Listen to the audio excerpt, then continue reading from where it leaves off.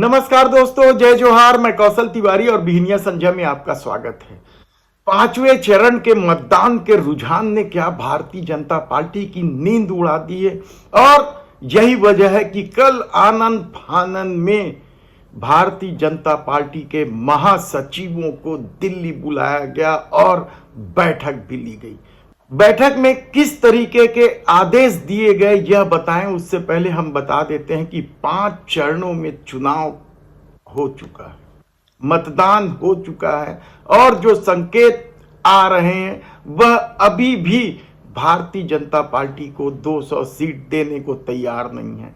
दावा तो 400 पार का था, लेकिन स्थिति अब जादुई आंकड़े यानी 272 सीट जीतने के लाले पड़ गए हैं।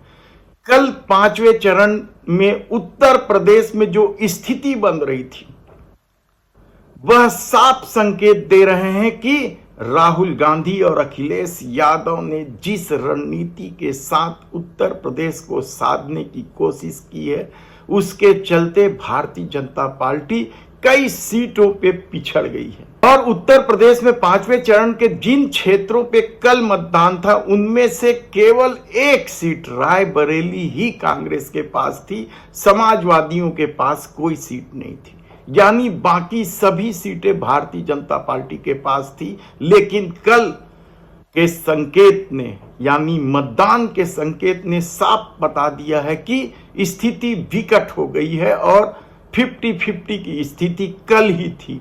यानी कम से कम 6 सीट ऐसी थी जहां समाजवादी पार्टी जीतती हुई नजर आ रही थी, वहीं कांग्रेस 2-3 सीटों पे। तब सवाल यह है कि क्या महाराष्ट्र में भी इसी तरह की स्थिति? यकीनन जिस तरीके से मतदाताओं का रुझान है उसमें पीयूष गोयल की स्थिति भी मुंबई में संघर्षपूर्ण है और बाकी सीटों में तो उद्धव ठाकरे ठसक के साथ आगे बढ़ रहे हैं। बिहार में जरूर भारतीय जनता पार्टी की स्थिति कल के 5वें चरण में बेहतर दिखाई दी, लेकिन बाकी राज्यों में यानी बंगाल में भी, उड़ीसा में भी स्थिति संघर्षपूर्ण थी और बीजेपी को अपनी सीट जीतना तक मुश्किल हो रहा था। और शायद इसी संकेत की वजह से कल दिल्ली में महासचिवों की आनन फानन में बैठक बुलाई गई।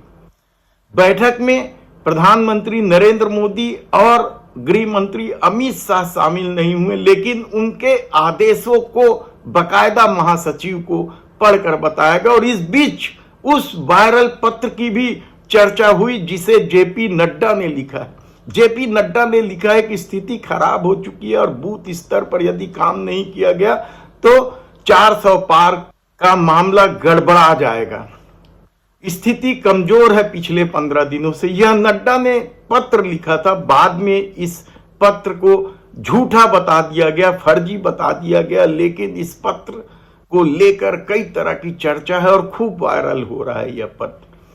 तब क्या सचमुच भारतीय जनता पार्टी की स्थिति इतनी खराब हो गई है कि उन्हें मतदान के बीच ही बैठक बुलानी पड़ी? जिन महासचिवों को बूथ स्तर पर काम करने कहा गया था उन्हें बूथ छोड़कर नड्डा के आदेश पे आनन फानन भागना पड़ा। और आपको याद होगा कि लखनऊ में भी इसी तरीके से आनन फानन में जेपी नड्डा और अमित शाह ने बैठक ली थी।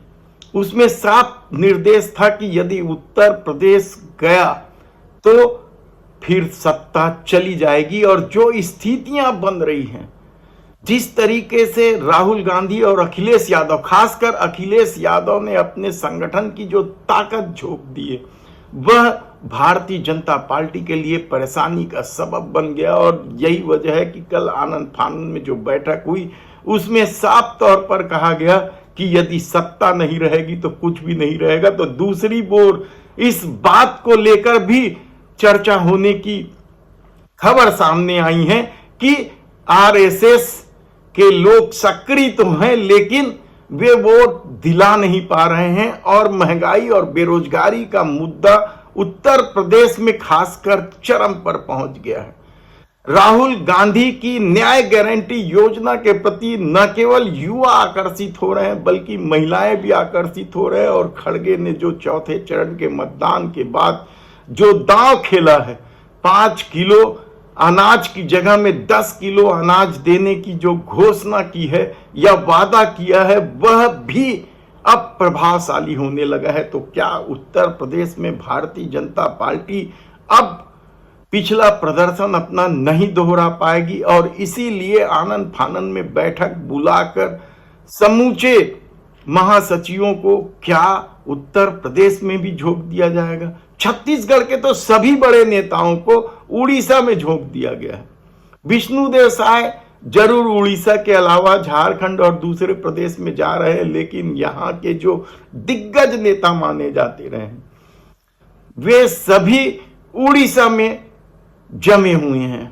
क्या उड़ीसा फतह कर पाएगी इस बार? क्योंकि माहौल बता रहा है कि भाजपा के अनुकूल तो है, लेकिन बीजू जनता दल के प्रभाव को इनकार करना भारतीय जनता पार्टी के लिए मुश्किल हो सकता है। और शायद यही वजह है कि जो कल बैठक हुई उसमें साफ तौर पर कहा गया है कि कुछ भी हो, किसी भी परिस्थितियां में हमें चुनाव जीतना और इसके लिए कुछ भी करना पड़े, कुछ भी।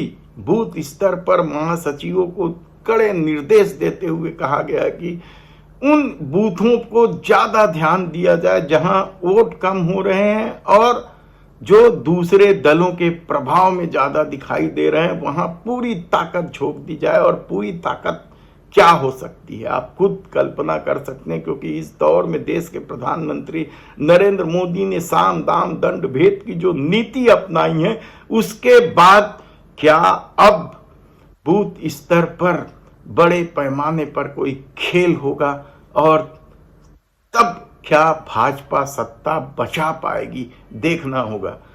धन्यवाद।